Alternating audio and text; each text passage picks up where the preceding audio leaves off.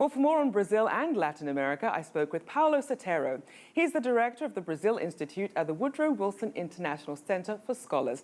I began by asking him what concerns him most heading into 2016.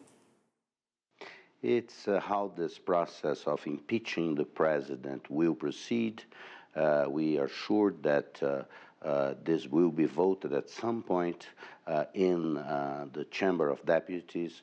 Right now it looks like the president has control of the situation, but she faces enormous pressure from her own party to adopt economic measures that would make stabilizing the economy probably more difficult.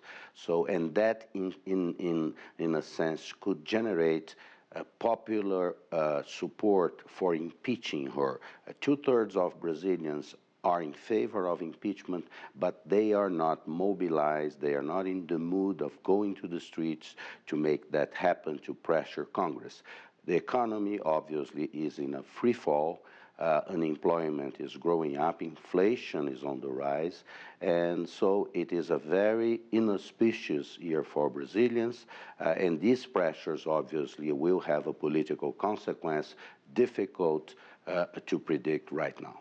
Brazil obviously is not the only one with issues, and Venezuela also had its elections. Do you see that impacting 2016 differently? Obviously, in Venezuela, the situation is how they are going to process opposition to Chavismo that has been clearly now expressed in elections for the parliament, and obviously that will have an impact in the region depending on how President Maduro conducts that.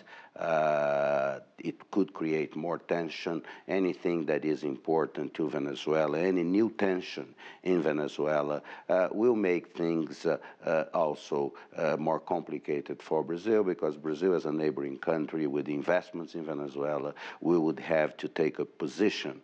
In Brazil, the popular perception of Venezuela, of the Maduro and the Chavismo is very negative.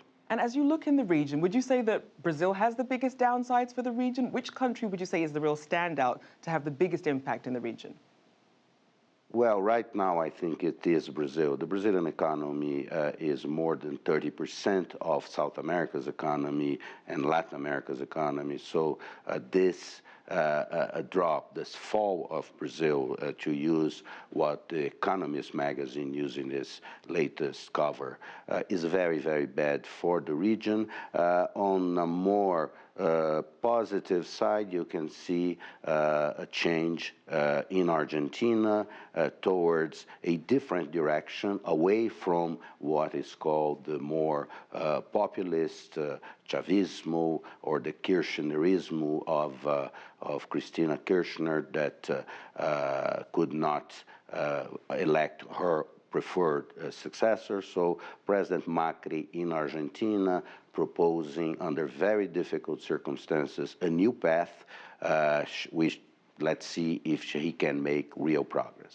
Lastly, as we look ahead, as you're looking at these countries in Latin America, who would you say is the real standout moving forward? Who's got the real bright spot in the region? I believe that a country like Colombia, for instance, is moving in the right direction, solving its internal problems, especially the war against narco-traffic. They have made progress there. Countries like Peru have made some progress.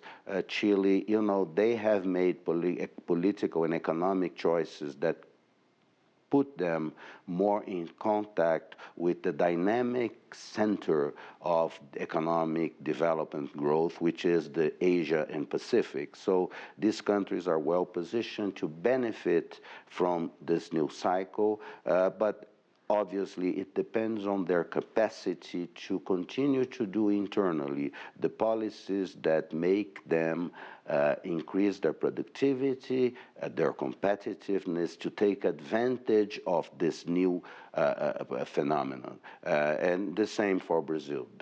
The loss of Brazil in these recent years was especially a loss of capacity to compete, to to produce effectively, and we are now paying the price.